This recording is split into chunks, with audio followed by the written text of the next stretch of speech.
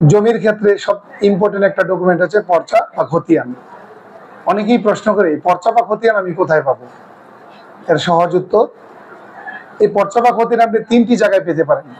একটি হচ্ছে উপজেলা ভূমি অফিস, আপনি চাইলে পর্চা বা খতিয়ান পেতে পারেন।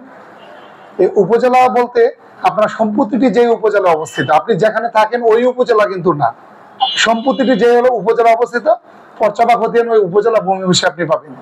আর দ্বিতীয় যেটি, সেটি হচ্ছে জেলা রেকর্ড অফিস। এই জেলা রেকর্ড অফিসে আপনি পর্চা বা খতিয়ান পেতে পারেন।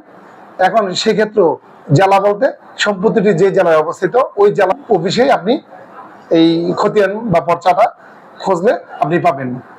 আর এখন সবচেয়ে গুরুত্বপূর্ণ মাধ্যম, যেহেতু এখন মোবাইলের যুগ, এই ইন্টারনেটের যুগে অ্যাকচুয়ালি আসলে সশরীরে গিয়ে এগুলো খুঁজতে হয় না। এখানে অনেক সুন্দর একটি মাধ্যম আছে, সেটা হলো eporcha.com.gov.bd।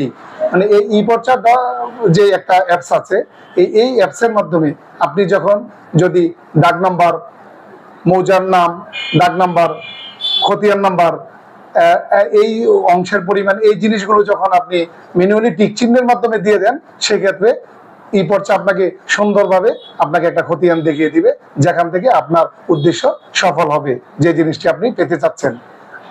কিন্তু এই জিনিসটি আপনি কোনো ইম্পর্টেন্ট কাজে লাগাতে পারবেন না, এটা শুধু আপনার সন্তুষ্টির জন্য, মানে আপনি দেখার জন্য পারবেন।